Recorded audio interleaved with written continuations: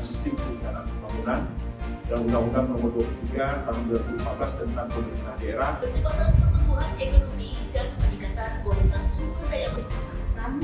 Beberapa tujuan yang termuat dalam pasal 25 dikarenakan capaian tersebut menempatkan provinsi Berbuat kita itu dan pencapaian daerah tingkat kota se-Aceh.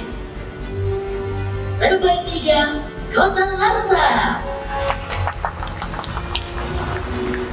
Terbaik 2, Kota Subul Salam.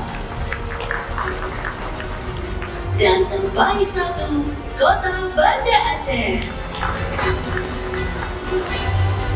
Kategori perencanaan dan pencapaian daerah tingkat Kabupaten se-Aceh. untuk kategori Kabupaten se-Aceh tahun 2023.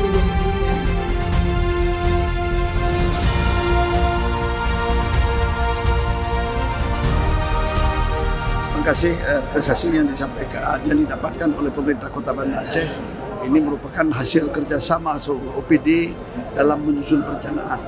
Di mana LKPD yang disusun ini memang leading sektornya ada di Dapeda. Tetapi ini merupakan kerjasama seluruh OPD dalam mewujudkan perencanaan ke depan.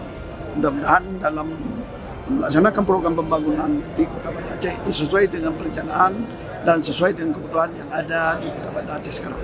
Kita harapkan ke depan akan lebih baik lagi dalam melaksanakan perencanaan dan penyusunan pembangunan. Demikian, terima kasih.